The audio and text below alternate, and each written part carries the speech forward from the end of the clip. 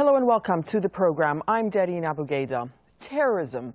It's a word many of us hear almost every day, a politicized word that means different things to different people, demonstrated in the somewhat cliched phrase, one man's terrorist is another man's freedom fighter. But despite various attempts, there is no internationally accepted definition of the word terrorism. And who gets to call a terrorist is often a matter of prejudice, semantics, and speculation. Well, much of the media were quick to label Omar Mateen's massacre of 49 people in Orlando a terrorist act. We were told that he had pledged allegiance to ISIL shortly before the attack, and he'd been investigated by the FBI. But the more we find out, the more murky the picture gets.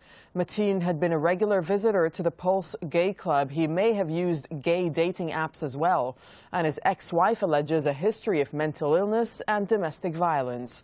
Well, President Barack Obama says the Orlando shootings are both a hate crime and terrorism.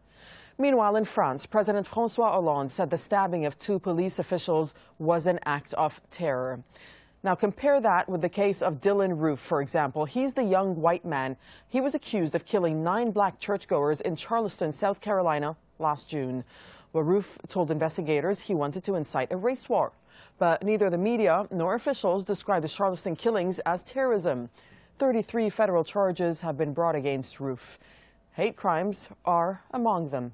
Terrorism is not. Well, so who gets to define terrorism? And does it matter who gets called a terrorist and who doesn't? Let's bring in our guests. Joining us from Nottingham is Andrew Mumford. He's the Associate Professor in Politics and International Relations at the University of Nottingham. And joining us from Washington, D.C. is Qasim Rashid. He's a visiting fellow at Harvard University's Prince Al-Walid bin Talal School of Islamic Studies. Welcome to Inside Story. Qasim, can you weigh in on this, and to what extent is this word terrorism used as political intimidation? I agree a lot of what my colleague just said. The reality is that when we compare just these 2 situations, this horrible attack in Orlando, and then, of course, the horrible attack on the church in South Carolina, we see a lot of similarities. We see young boys, young men who were disaffected, who had several difficulties in their childhood growing up, didn't have any sense of direction or identity, resorting to becoming radicalized by either interacting with people online or having poor influences in their immediate family, and then lashing out in the most horrific and violent manner possible. And by virtue of Omar Mateen coming from a Muslim background and Dylan Roof coming from a white Christian background, we see a distinct difference in how the 2 situations are described. And the fallout from that is that in the United States, the American Muslim community is a small community. We represent only about 1% of the population, whereas obviously white Americans represent about 60% of the population.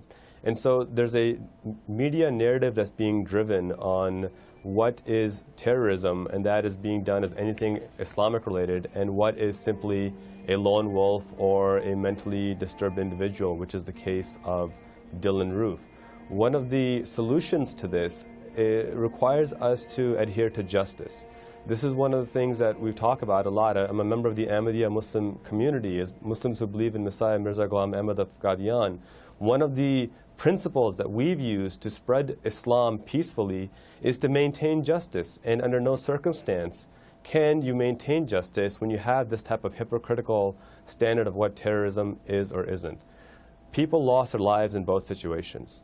People were driven, I'm talking about Dylan Roof and Omar Mateen, were driven to horrific acts due to ignorance, due to a lack of education, and due to a lack of direction. Rather than trying to win political points by seeking to increase surveillance or seeking to demonize American Muslims more, the solution here is to instead focus on education, focus on engagement, and recognize that radicalization and terrorism is not a religious issue. This is a human issue, and until we can stand united and connected on these issues, we're not going to be able to stop the ongoing violence we're seeing. But how do you stop that? Because it sounds very much like the argument is you apply the word terrorism depending on who the person is and what their purpose is and what their background is. So it's quite difficult to change that narrative, and especially over in the United States. Well, leadership matters, and this is why I commend President Obama for refusing to conflate Islam with terrorism. Calling something radical Islamic terrorism isn't going to solve anything. All it's going to do is disaffect more youth, confuse people on what Islam actually stands for. President Bush and President Obama were both firm that Islam has nothing to do with terrorism. This is the kind of leadership that our country needs, and this needs to trickle down to our senators, to our governors, and throughout our state legislatures as well. As long as we continue to conflate these two, we're going to create more fear, more misunderstanding. And I'll give you a perfectly good example. The same day as the horrific Orlando attack, there was another man from Indiana, a white Christian, who traveled all the way to Los Angeles to their Pride Parade with the intent of blowing up a bomb. He had 3 fully loaded rifles with him as well. The same day, another man in New Mexico mass murdered 5 members of his own family and tried to flee. None of those made headlines because they weren't Muslim and because there was no tie to Islam there whatsoever. So what this does, it gives Americans a false sense of fear towards American Muslims, and it creates more division within our country. And I think most detrimentally, it creates more fodder for terrorist groups like the Taliban, like Al-Qaeda, like Daesh, to claim that America is somehow anti-Islam, when in reality, America is not anti-Islam. It is certain demagogues who are trying to use this as a tool to advance their agenda. I would suggest that this goes back to having proper leadership, and a leadership that recognizes Islam has nothing to do with terrorism is going to be the solution going forward.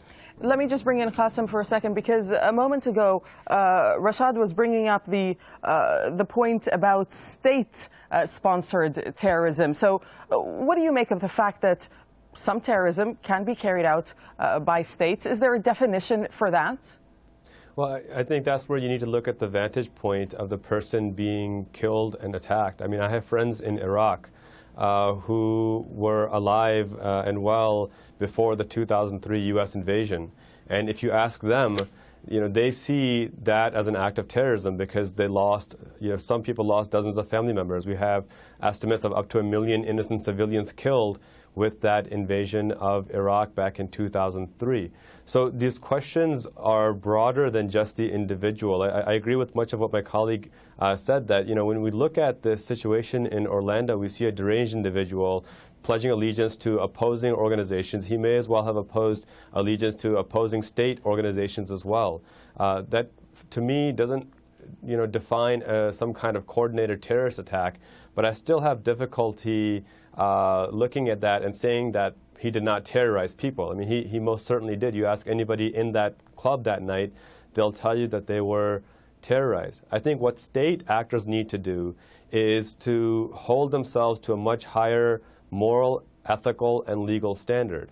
We have the Universal Declaration of Human Rights. We have the International Covenant on Civil and Political Rights that define when war is permitted and when fighting is permitted. And when those rules are violated, when they're trampled upon, we have these atrocities that happen, for example, in Iraq. And President Obama has gone on record to say that the growth of ISIL is a direct result of our invasion of Iraq and destabilizing an entire nation.